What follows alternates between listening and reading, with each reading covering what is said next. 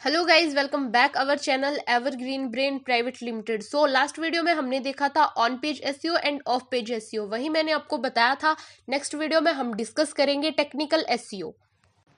आज हम बात करेंगे टेक्निकल एसईओ, कौन कौन सी टेक्निक्स, कौन कौन सी तरीके इसमें यूज करे जाते हैं, क्यों टेक्निकल एसईओ इम्पॉर्टेंट है, वो हम इस वीडियो में डिस्कस करेंगे। प्रीवियस वीडियो में मैंने आपको एक क्वेश्चन अराइज करा था, क्या ऑन पेज एसईओ का सब पार्ट है टेक्निकल एसईओ या फिर ऑफ पेज एसईओ का सब पार्ट है टेक्निकल एसईओ। वो क्वेश्चन का आंसर भी हमें इस वीडियो में मिल जाएगा। सो मेक श्योर कि आप वीडियो को एंड तक देखें और चैनल को सब्सक्राइब करना ना भूलें। तो सबसे पहले बात करते हैं टेक्निकल एसईओ। टेक्निकल एसईओ क्या है, क्या ये एसईओ का कोई टाइप है? तो देखिए, आपने बेसिकली सुना होगा कि एसईओ के 3 टाइप्स होते हैं। First one is on page SEO, second one is of page SEO and last one is technical. On page और ऑफ पेज एसईओ के 2 ही पार्ट है। जो टेक्निकल है वो ऑन पेज का एक पार्ट है।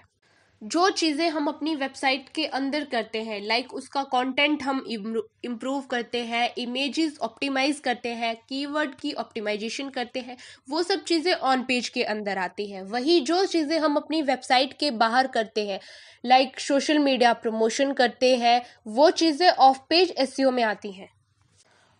तो जो टेक्निकल चीज़ें हैं, यानी हमारी वेबसाइट की जो टेक्निकल डिफ़िकल्टीज़ हैं, जो टेक्निकल प्रॉब्लम्स हैं, टेक्निकल एस्पेक्ट्स हैं, उनको इम्प्रूव करना, उनको सुधारना, ये क्या होता है? Technical SEO.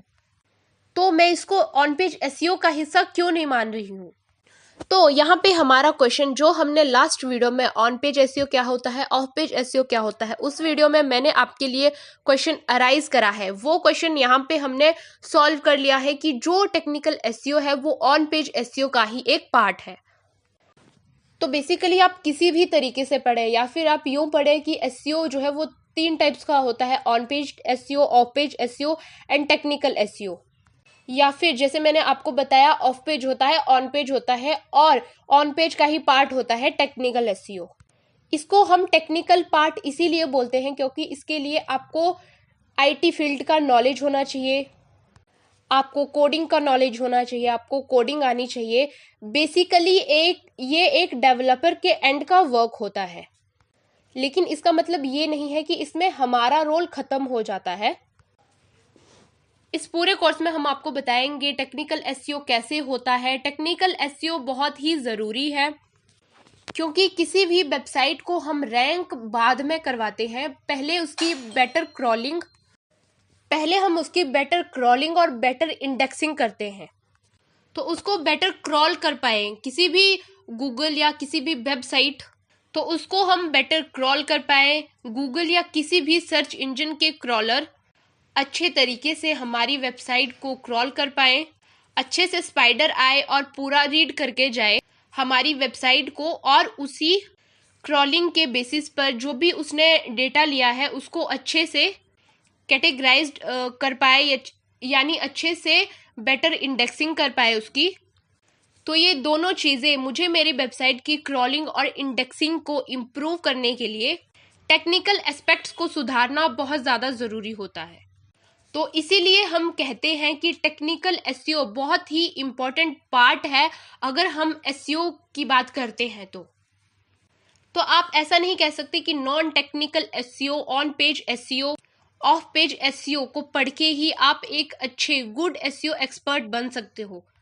अगर आपको एक अच्छा एसईओ एग्जीक्यूटिव या अच्छा एसईओ एक्सपर्ट बनना है तो उसके लिए टेक्निकल एसईओ में कमांड होना बहुत ही ज़रूरी है, तभी आप एक अच्छे एसईओ एक्सपर्ट कहला पाएंगे।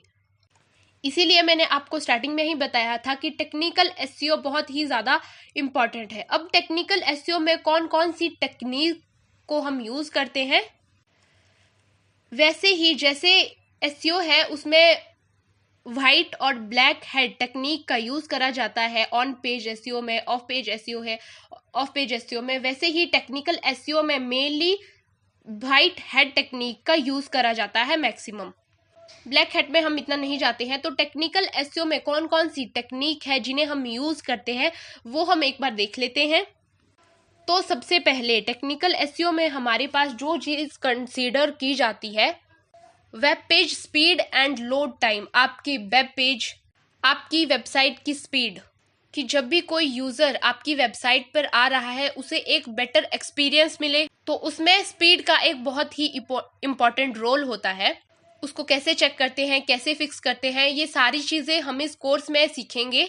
सेकंड वन हमारे पास आता है स्ट्रक्चर ऑफ वेबसाइट। उसके अलावा आपके वेबसाइट के HTML को सही करना, जिससे बेटर क्रॉलिंग हो पाए, मेकिंग अ रीडेबल स्ट्रक्चर आपकी वेबसाइट का बनाना, आपकी वेबसाइट का साइट मैप, उसी के साथ ही कुछ इम्पॉर्टेंट टैग्स जो हमारी वेबसाइट में लगाना, जैसे कि कुछ इम्पॉर्टेंट रीडायरेक्ट्स हमारी वेबसाइट में लगाना।